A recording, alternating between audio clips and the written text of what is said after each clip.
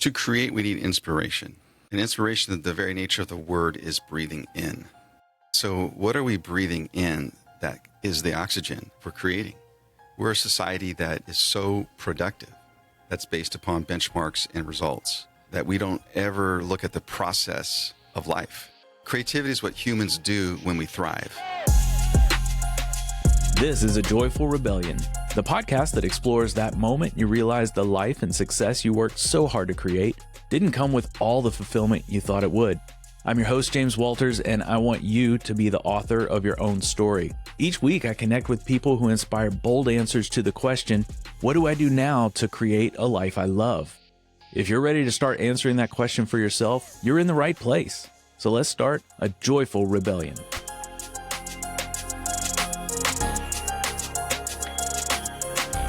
Do you consider yourself to be creative? My guest today shares his insights on the types of creativity everyone has access to if they work to develop it for themselves.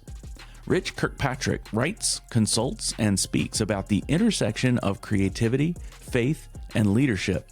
He's also the author of a book called MINDBLOWN, Unlock Your Creative Genius by Bridging Science and Magic. And today, we're talking about one of my very favorite subjects, which is creativity. Rich Kirkpatrick, thank you so much for being here on A Joyful Rebellion. Happy to be here. We're here to talk about one of my favorite things ever, and that is creativity. And you've written a book that I want to talk about and delve into. But first, I want to get your sense of what's your definition of creativity, because it's always good to start out with the same definition of things so everyone listening has a good sense of it. There's like three components from what a lot of academics say. One, originality. Two is usefulness. And I add another thing to that, beauty. So something basically that's useful and beautiful, that it captures us in some way, that maybe an it factor, or however you describe it, or it has to actually be somewhat original. Yeah. So what prompted you to write a book? You've got a book called MINDBLOWN. Tell me the subtitle, because it sounds like such an interesting concept to help people understand a little bit more about creativity in their own mind. It's Unlock Your Creative Genius by Bridging Science and Magic. So MINDBLOWN basically came from being a young person who's always told, why are you daydreaming, Richie? Why are you drawing on your desk? Why is everything, and you didn't feel like you fit in. And so basically over the years, I'm a musician and I worked a lot in like churches, so very strict environments. And I had to realize, oh, wait a minute, I'm wired to be creative. And whatever this creative thing is actually has study to it. And over the past few years, actually kind of like peeled the onion with it. And it kept me getting more curious about it. And you say it's got a scientific component to it. When you bring that into it, people start to think, well, I know creativity is a thing. We all benefit from it in different ways. What did you find out when you started doing the research on creativity? What are some of the scientific principles that are kind of behind the scenes that a lot of people might not associate with creativity? We look at creativity in 2 or 3 main brain networks. So neuroscientists have done this incredible job, because now they can actually put you in some kind of a scanner, MRI or something, and then have you do things, and then they can compare that. And so a lot of these studies have shown basically 2 main brain networks and a third one involved in how we solve problems and how we come up with art. They had musicians play jazz improv, for instance, to see what the brain would look like with that.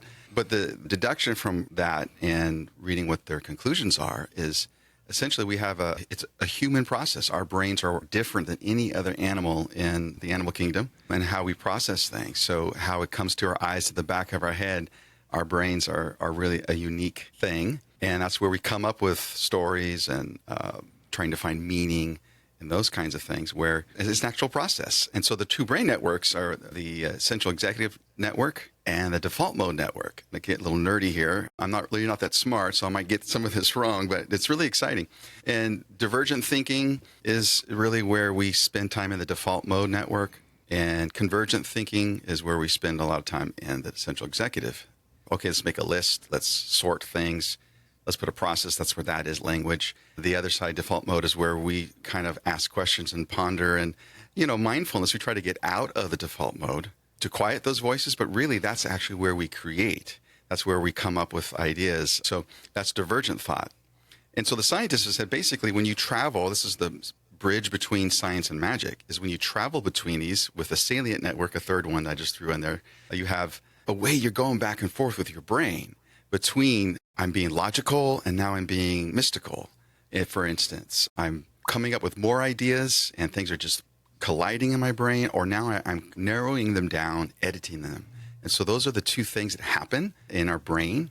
And we have a switch, which is not just a perfect switch, but the more we get good at switching between these, that's where real creativity happens, because it's not just about good ideas. It's actually about, well, now I can make something that's going to be a product. Right. The execution, though, the putting it out into the world, which is so important. And I want to get your take on this, because I've always felt like creativity is a fancy way of saying practical problem solving, and it can work to solve problems. Sometimes you have to be really creative to solve a certain problem, but like you referred to a couple of times, there's a little magical element, there's a little whimsy sometimes. But also I want to get your sense or your take on if you have come across people who maybe think very linearly about creativity. They think, okay, you're either like a numbers person, you're very organized, and if you're creative, you're over here, like you said when you were a kid. People say, why are you daydreaming? Why are you trying to connect dots that no one else is trying to connect, I guess? Have you run across that and had to educate people in the course of all of your research and writing the book? You just kind of hit on the nose. The trauma of being that weird creative kid who's trying to figure out, do you fit in or not? Because when you look at this, the science tells us that 20% about are the divergent thinker, where we go, oh, that's a creative person. And 80% are the other. And a lot of that has to do with our society, because everyone thinks they can draw up to when the teacher starts saying you're drawing out of the lines, and the kids start snickering because you picked a weird color you thought was cool.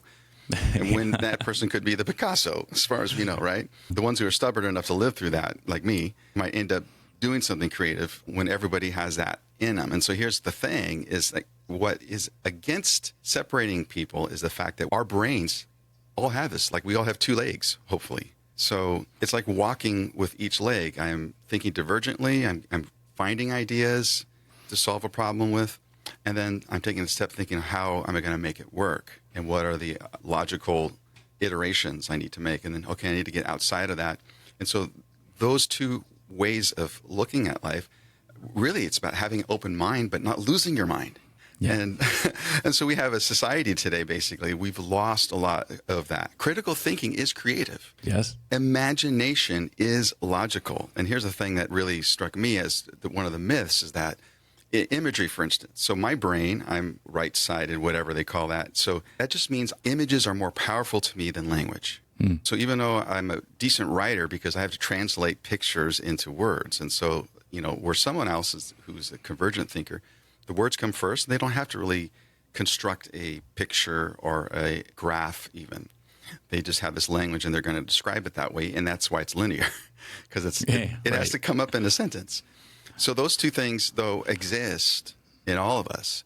So we have both sides of the brain. So mine, I just see images very, very clearly. That's why I needed to doodle to help me remember things as opposed to writing them out. So imagery is also logical. My central executive network, the part of my brain that makes decisions, that has reason, can have that activity connected to the image part of how we as people think. And yet sometimes we don't accept that. And that's why an image and memes are so powerful, because they connect all these sensations and things into a moment where we realize, okay, that's what that scene in the office is saying. And we all get it in relation to whatever the comment is on policy or something silly. But we've lost our minds in the sense that we haven't valued both of those things in all of us. So for me, I used to be late to meetings because, that's a linear thing, right? So I had to train myself on how to be that. And so I call it robot and wizard. So these are the two characters. So the robot is the convergent thinker, and the wizard is the divergent thinker. And we start creativity basically in our preference. The scientist is the robot. They have to get the process first, but then they're still trying to discover. So later on, it looks the same as the wizard, who just gets up in the middle of the night and starts writing his poem or his tome and, doing that. And both of those individuals' preferences, which kind of represent a bandwidth, by the way, as they begin creating, they're on the same path eventually. We'll end up walking through that journey of creativity in a very similar way because we're people. Something you said just struck me about kids and how creative they are until they are given a reason to either hide it or maybe downplay it for a little while, and then they sort of go inside. Maybe they're still creative, but they just keep it to themselves a little bit more. In your research, did you find an age where that tends to happen? I've heard it's around 5 or 7 when kids start to get self-conscious about choosing the wrong color and being kicked out of the cool kid tribe. That's why those of us who are neurodivergent just don't know how to follow the rules. Yeah. And so we end up doing things, I ended up doing music when people said, what the heck are you doing? I don't know. Yeah. I'm doing music. A friend of mine, he's a photographer. He just takes pictures. And so that's his business now. But the age, I'm not sure about that particular what age, but I think through our entire lifetime, there's these 2 parts of our brain that work. One, we are moved by novelty. And then 2, we get bored. Yeah. So we look for something new. One scientist was explaining this, and then if there's a certain point where we don't want that anymore, so we want what's familiar, then we wear that out, get bored, so we want what's new. Yeah. So people are whimsical. As a kid, every moment of the day we're going through that. Yeah. And it just means we're agile and our brain is just, okay, something's new, we get excited, and then it becomes old very quickly. Right. We lose that as we get older. For instance, one research project was explaining that at 35, most of us don't listen to new music anymore. I'm guilty. So it's like you're done. And it doesn't mean there's not good new music out there that anyone would love who's over 35 like me. But, as a musician, I have to listen to it. So that's kept me nimble. So the thing is, here's the good news about whether it's at 5 or 7 years old or 35, whatever it is, where we have these points in society or in our own just aging, stop being creative. It's learning how to do that bridge again, to go back and forth. So it's learning to have an open mind. So, for instance, trying a new food to build curiosity. The goal isn't that you try to have every meal it's going to taste good. The idea is you're enjoying trying new food. Mm-hmm. So you've trained yourself to be rewarded not by the end result, like listening to music. It's not that everything you're listening to is going to be what you like, but hey, I just listened to this one thing, and there was something about it was kind of cool, but man, it was terrible. But you're enjoying, right? All that chemistry, dopamine in your body saying, yeah, I got to actually do this activity. So it's actually like exercise in a way. So if you're in a certain profession, you create a profession in order to even keep your job, you got to keep doing that for your craft, like, as a pianist or whatever you're doing. Okay, I have to keep sharp with what the trends are. And that same kind of thinking, though, can be applied to all areas of your life. And it'll allow us, by the way, in a society like today to actually have a conversation. Because then our mind can be open, and like I said, without losing the mind. We can still be logical with an open mind, with a purpose. Like just trying new food. Well, I'm going to just listen to this person, and they're an idiot. But you know what? They're a person too. So I'm going to train myself to sit down and be bored and listen to what this person says. That's more necessary than ever, I think. And just going back to the kids stuff, I've always found it fascinating how if I give an empty paper towel roll to a person over 20, 30, they would look at it and say, okay, it's a paper towel roll. You want me to throw it away, recycle it? Which one you want? If I give that same thing to a kid, it's going to be a telescope, and then it's going to be a megaphone, and then it might be a rocket ship, and then it could be 100 other things because, like you said, it sounds like that bridge between the two halves of the brain is a little shorter with them, and they're more willing to cross over between the two. And I've always found that fascinating. Yeah, it's just like with my mother, she was cooking, and I remember being a little kid, and in order to get me off her back, she would just put a whole bunch of pots and pans in the middle of the kitchen floor, and I would just be drumming and playing with them. So when we, as kids, have that opportunity, we will take the paper towel roll, and it will become a lightsaber or whatever it is. Yeah. But some of us, if we kept enough of it, like me, I'm thinking like I would like make it a trumpet. Yeah, right. So, we can do that. And that's part of even if it's like inside my head, like, this could be something fun. That part of us can be grown and maintained, but it's like exercise. Just as we lose muscle mass as we age, we have to work to keep it. And our brains can grow even as we're aging. So the exciting thing about this is no matter who we are, what point in life we're at, we can all grow that bridge between the science and magic of creativity. And that's one of the biggest revelations in all of this for me, is that I'm a late bloomer, and that's a good thing because I can grow in creativity. For sure. And that leads me into my next burning question is, if someone's listening right now and they're thinking, I've always kind of repressed my creativity. I've been doing this one thing. I've been living this certain way.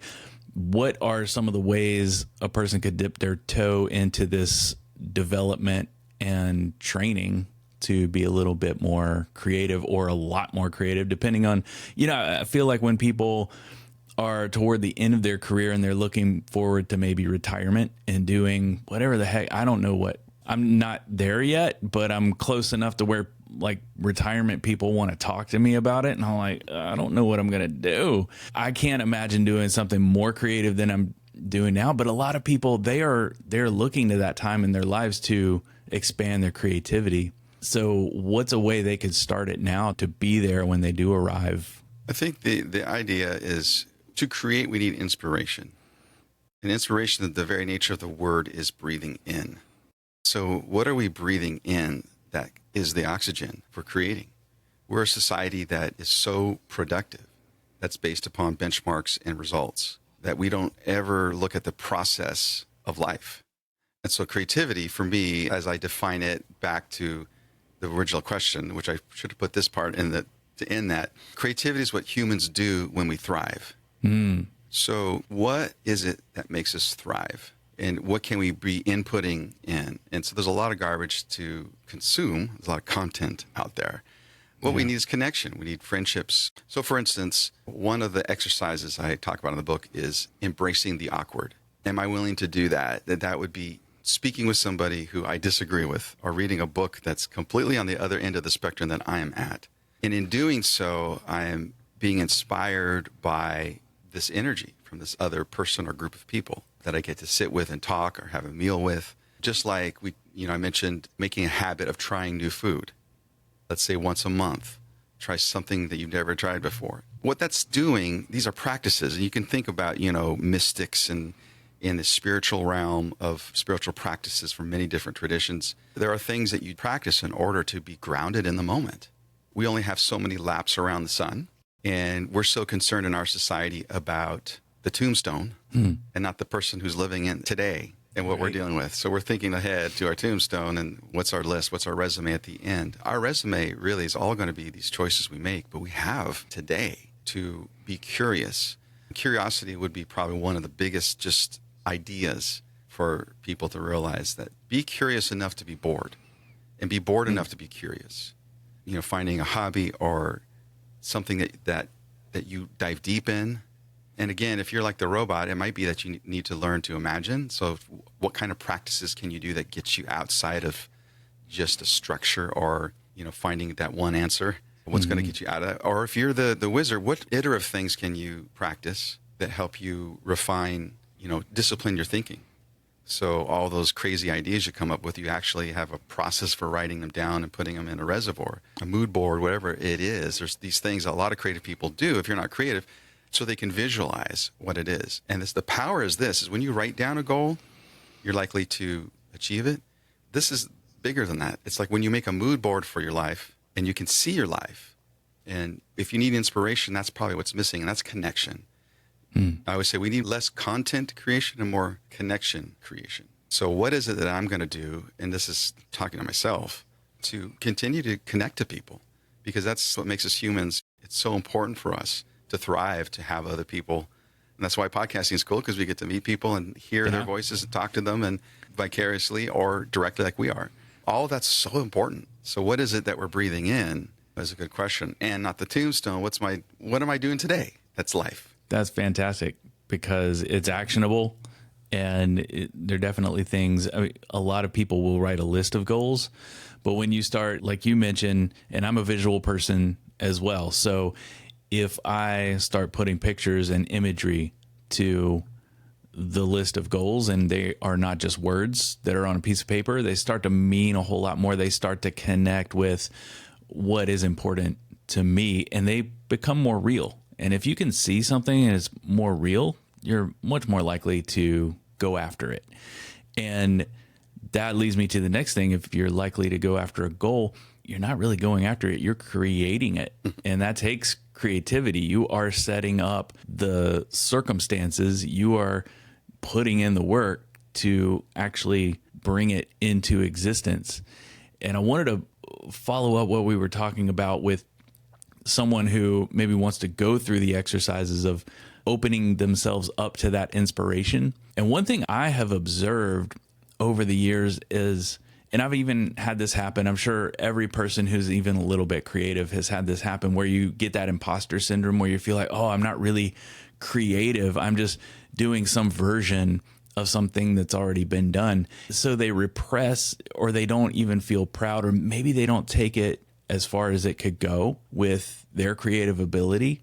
And what I sort of reconciled that as, even within myself, is a lot of times people confuse creativity with inventing something completely new. And they're very different.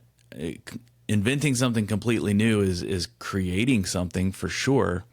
But a lot of times creativity doesn't have to be that major. It can be just an iteration of something you've seen and you make it your own. Well, that's creative.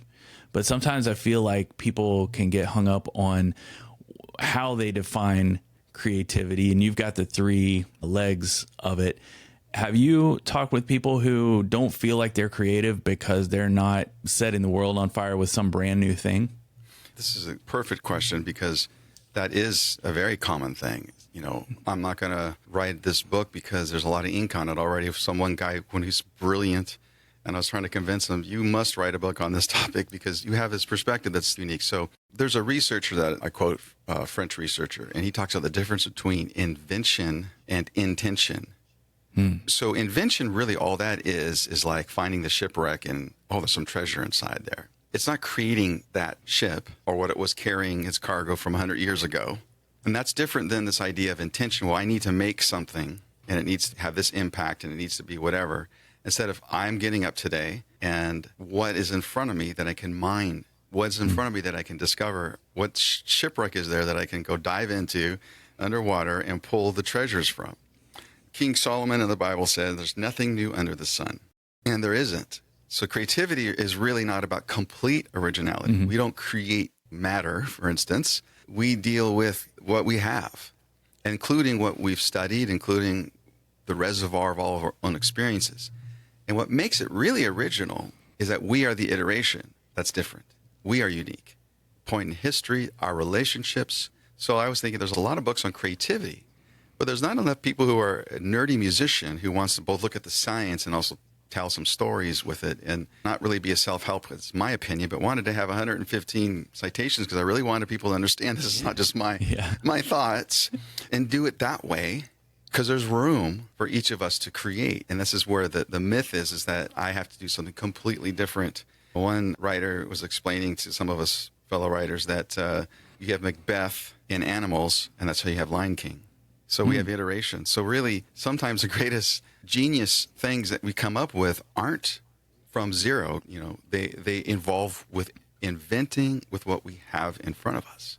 I used to think that the kids who would take loops and things and create music was not as highbrow as those of us who would have to compose completely original stuff. Then I realized, well, you know, Mozart did the same thing these kids with loops are doing. He just took the music that was being played and he would steal all of it and put it in his compositions.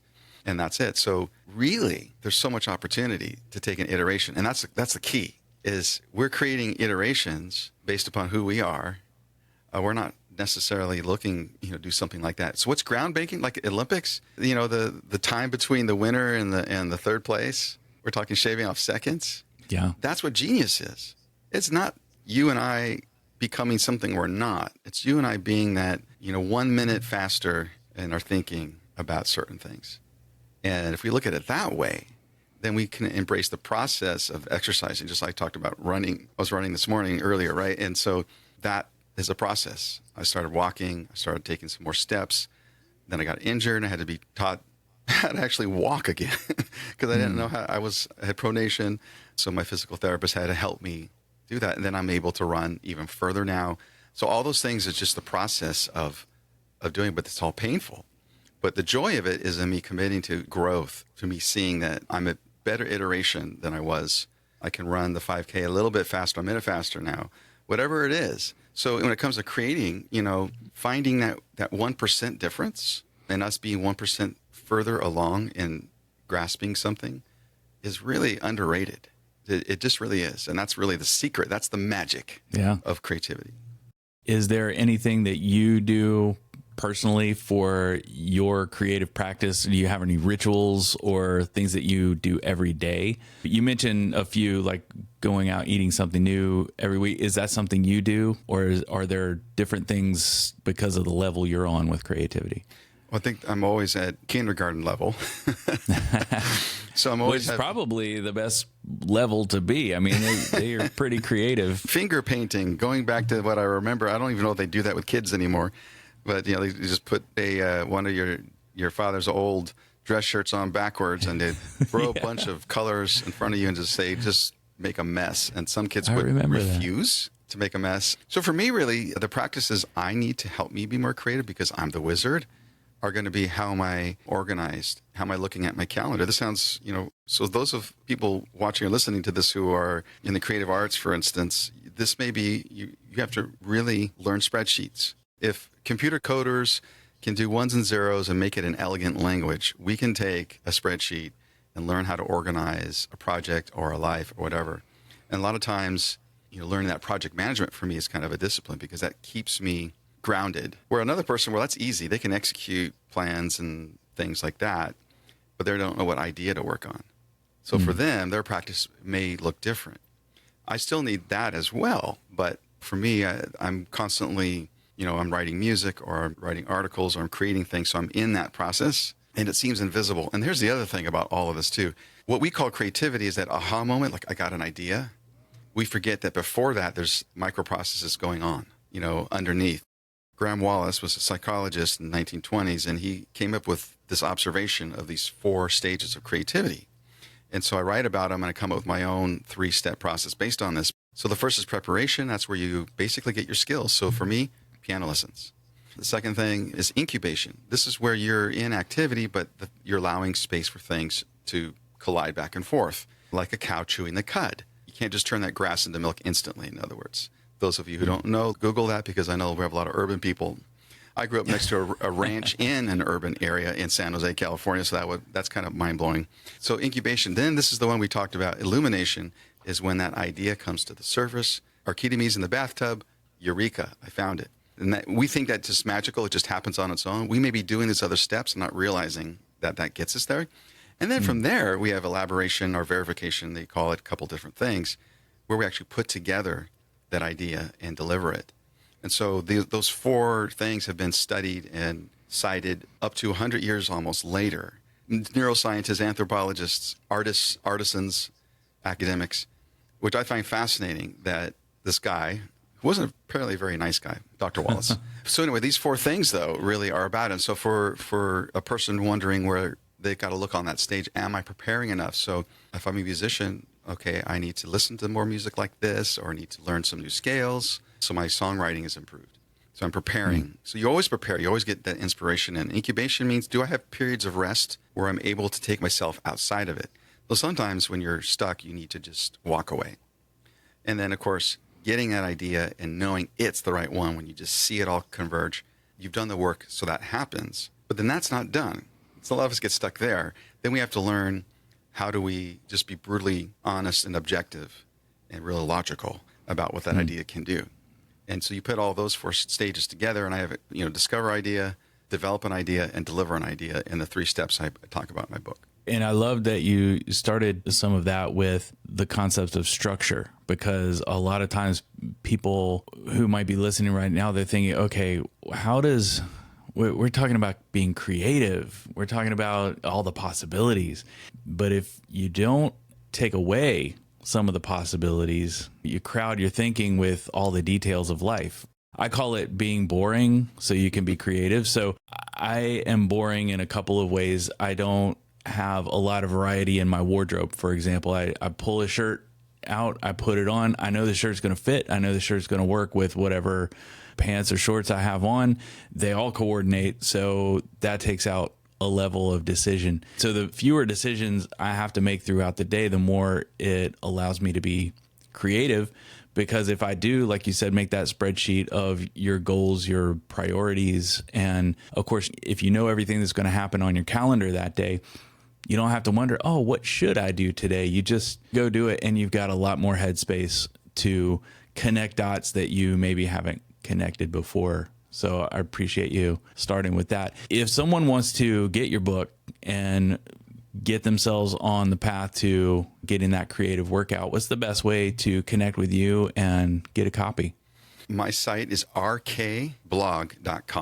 And I have links, to my book there. Our RK weblog is my social medias, whether it's like I'm on Threads, which is fun, Instagram, and I have audio version. So some of us, we commute or we run or whatever. So that's a great way that I consume books, as well as in print form on Amazon. Very good. Is there anything that you want to talk about in terms of creativity that we haven't covered?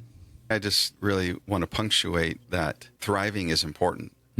Taking care of us. And creativity is a human process. And when we dehumanize ourselves, whether it's through a toxic corporate culture or bad habits of our own, we are limiting our creativity. So a lot of times we have to look at external things as well as internal. And it's really both of those things. But how we can thrive is going to give us the space to actually innovate at a higher level.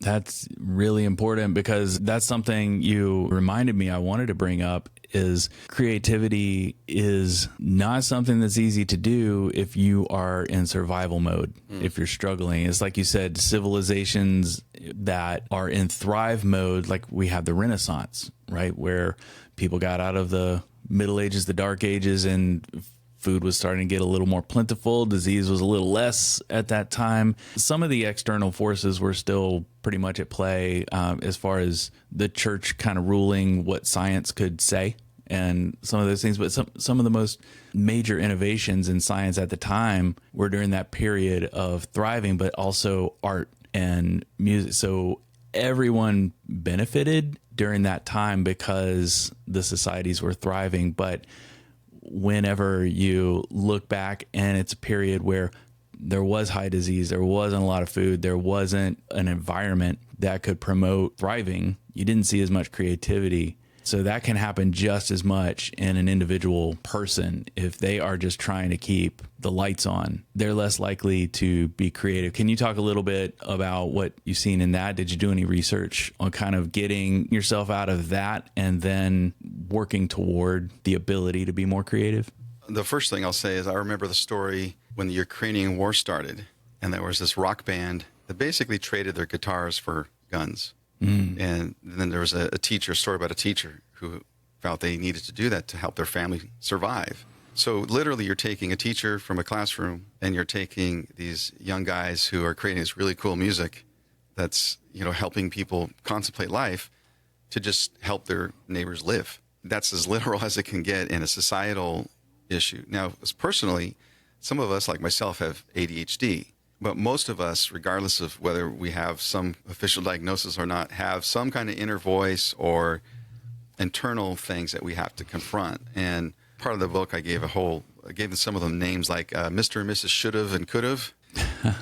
Hate those guys. So those are people, these are like all the bad people you got to like ghost. Yeah. That just as an example, you can't do anything with you should have. But yet we hear that. We tell ourselves that. You should have done this. And it's good to have, a 360 review of ourselves and say, okay, let's evaluate where we've come. But eventually we got to move forward. And so we have to look at that. So there are things that are really important. And a lot of it has to do with us using logic to tell these imaginary voices where they're wrong. And it's kind of ironic, me being this really wizardy kind of guy, looking at the fact that we have to reason to death these bad thoughts. And that's what talk therapy does. It's like, let's look at this pattern of thinking and let's challenge it. To create really has to come from within. It's one of the most intrinsically driven things we do is when we create.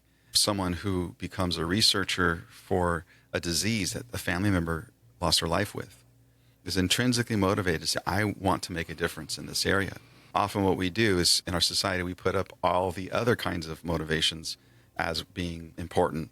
Yes, it's important to get money. Yes, it's important to be famous or whatever. And I know a lot of fellow musicians, because I found a girl above my station because of being a musician. I'm kind of quantifying that to be a fact. So some of us get into music because the girls or whatever it is. But, the scientists have proven that when we find what that intrinsic motivation is, we keep going and we keep becoming more creative. And that's the main thing. And even though these other things are there, like I have to pay bills and Right. like everybody else, what's the main thing that keeps us going is that. And the thing that challenges those inner motivations, the intrinsic motivations, would be things like Mr. and Mrs. Should have, could have, and us telling those voices, which are many different kinds of voices like that no. And that's the double-edged sword with being creative, right? Because you can be creative for good, but you can also be very imaginative and come up with all sorts of ways that you should have done this or you should have done that differently, or you probably shouldn't even bother because it's going to go 7 different directions that you don't want. And so then you have to, like you said, take that logic and unwind it and say, whoa, is this real? Is this... It's probably not real. Let me think about it for a minute. Then if you determine it's not real, well, then move forward with what you want to do and be as creative as you want. And I think there's such pressure now to whatever you create is going to go out there in this ether of the webosphere or whatever. And then you're going to instantly get judged or ridiculed or canceled or whatever people are doing today. So for creative people, they're either just unabashed about it and they're like, this is me, this is what I do, and they're confident. But I think for a lot of people it takes a little while to get there, and they've got that sensitivity around their creation, this little thing that they birthed, and they don't want it to get hurt. I think once you get over that, then the real magic begins. I do this 2-minute video called 2-Minute Tuesdays each week. In this particular weeks, I talked about the Evaluate brain set, which there are these 7 brain sets that researcher that I quote in my book. And this Evaluate brain set is a practice that's good for people like that person. This is like me, where my idea, I get real, sensitive to it. Because what the Evaluate brain set is when I work on the pattern of thinking that allows me to be harsh about the details of what I create. So I look at it like forensically. And I say, okay, this is a song I wrote, and I got to be honest about this bridge, or this chord here just doesn't feel right, or this extra bar I put in, it's not going to work. And get out objectively. That's our practice. That's a state of mind that I need to learn and embrace. It's not who I am every moment, but I need to learn to exercise that way. Just like the should have, could have is wasteful thinking. The opposite of that is I need to learn thinking that's harder for me to do so I can get forward. So I am capable of being pretty critical and my own stuff so I can improve on it. So if I know when to challenge that, that's the question. Like, this is the point in time. When I come in with the idea, I'm just getting started. You don't want to, right. The roadblocks will come. We're going to deal with them in a moment. But right now, I need to let the dopamine hit me for like actually getting started.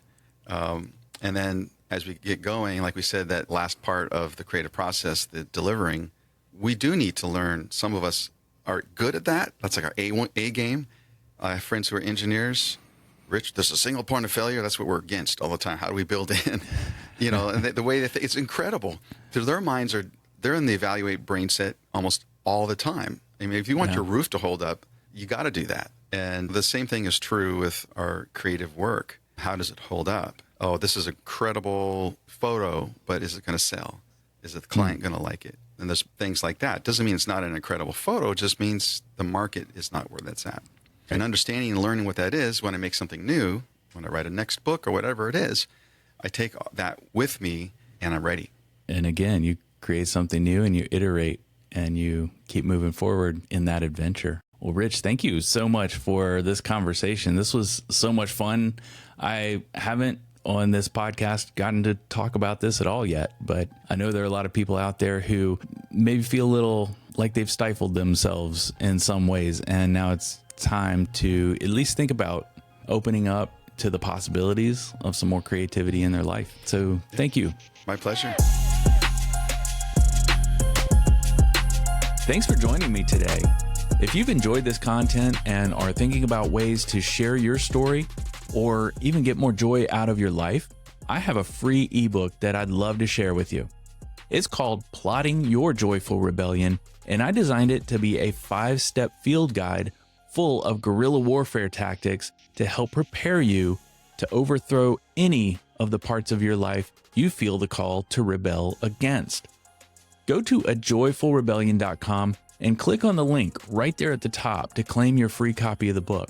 Again, that's ajoyfulrebellion.com, or simply hit the link at the top of the show notes.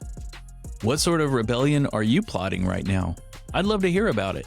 Connect with me on Facebook, Instagram, or through the website at ajoyfulrebellion.com. Thanks again for listening today, and be sure to stop by next week for another episode full of joyful rebellion.